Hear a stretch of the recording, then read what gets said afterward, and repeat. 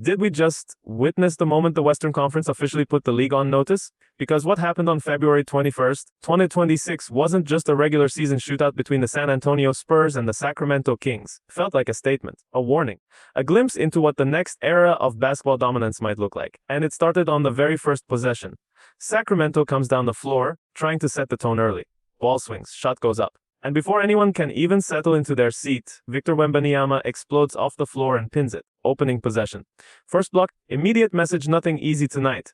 You could feel the air shift coming into this game. The Kings were desperate. A brutal 15-game losing streak weighing on them. Confidence fragile. Urgency high. This wasn't just about one win. This was about stopping the bleeding. They had the firepower. DeMar DeRozan operating in his comfort zone, that deadly mid-range area where he's built a career. Russell Westbrook coming off the bench with that relentless energy and quietly shooting 34% from 3 this season. A number that forces defenders to respect him. And De'Aaron Fox, still one of the fastest, most explosive guards in the NBA, capable of flipping momentum in seconds. But here's the problem. The Spurs didn't care about the narrative. They had a strategy. San Antonio attacked inside immediately. Early points in the paint, deep post steals, quick entries to force Sacramento's defense to collapse. Every possession felt intentional, every touch felt calculated. The Kings tried to meet them at the rim and ran into a 7'4" nightmare. Wembanyama didn't just block shots, he altered reality. 4 official blocks. But that stat doesn't tell the whole story. Drives that turned into awkward floaters. Layups kicked out mid-air. Bigs pump faking twice before even attempting a shot. The paint wasn't just defended.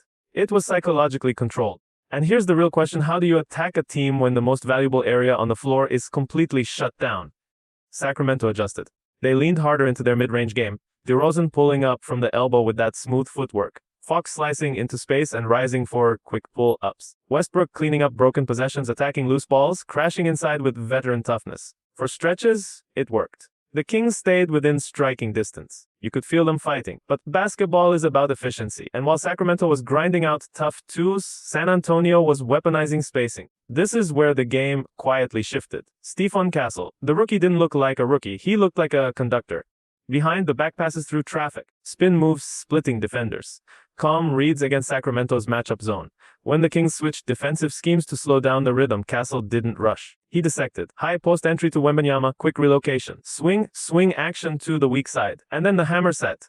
If you love basketball strategy, this was beautiful. Baseline drive pulls 2 defenders, weak side help steps in. Skip pass flies across the court. Keldon Johnson waiting in the corner. Feet planted, defender late. Splash. Johnson finished with 18 points, and those corner threes were daggers. The kind that don't just add 3 to the scoreboard. They drain belief from the opponent. So now Sacramento is chasing shooters, hesitating at the rim, switching frantically, and the Spurs are flowing. Ball movement crisp, spacing elite, decision-making sharp. And the scary part, they made it look easy. Then came the fourth quarter. This is when the game exploded. De'Aaron Fox detonates at the rim for a monster dunk that electrifies the building. The crowd rises. The bench erupts. Momentum swings. For a split second, it feels like Sacramento might finally snap the streak. But what happened next day? Wembanyama answered. Transition sprint, lob finish. Violent twin slam. Next possession. Offensive rebound over traffic, quick reset, and another powerful finish. It turned into a back and forth display of athletic dominance. Fox, Wemby, even Thompson getting in on the action. But every time Sacramento climbed the hill, the Spurs pushed them back down. Wembanyama finished with 28 points, 15 rebounds, 6 assists, and 4 blocks. Read that again. That's not just a stat line, that's control. He scored efficiently, he protected the rim, he passed out of doubles, he initiated fast breaks. He anchored the defense. And here's what makes it terrifying, he didn't look like he was forcing greatness. It came naturally. So I have to ask you, is this already MVP level basketball? Because when one player impacts every phase of the game like that, it changes how teams prepare, it changes how coaches scheme, it changes playoff matchups. And let's talk about the bigger picture. San Antonio dropped over 140 points. That's not accidental. That's identity. They're becoming a team that can beat you in multiple ways. Go small, they'll dominate the paint. Pack the paint, they'll hit the corners. Switch defenses. They'll dissect it with high IQ passing. Try to outrun them. They'll block you at the rim and run right back. If Wembanyama stays healthy and Castle continues to evolve at this rate, how many Western Conference teams can confidently say they'd win a 7-game series against this version of the Spurs? Now flip the lens back to Sacramento. The losing streak hits 16. And here's the harsh truth. It's not about talent. They can score. Fox is elite. DeRozan is reliable. Westbrook is giving them veteran fire and improved shooting. But without interior resistance, without a defensive anchor, they're vulnerable against teams with dominant bigs. In today's NBA, you need rim protection, you need versatility. And right now, that's the missing piece. So what does this game really mean? For the Spurs, it signals acceleration. The rebuild is no longer theoretical. It's functional. It's explosive. It's dangerous. For Wembanyama, it adds another layer to his rising legend. Every dominant performance makes the conversation louder. Is he already the most impactful two-way player in the league?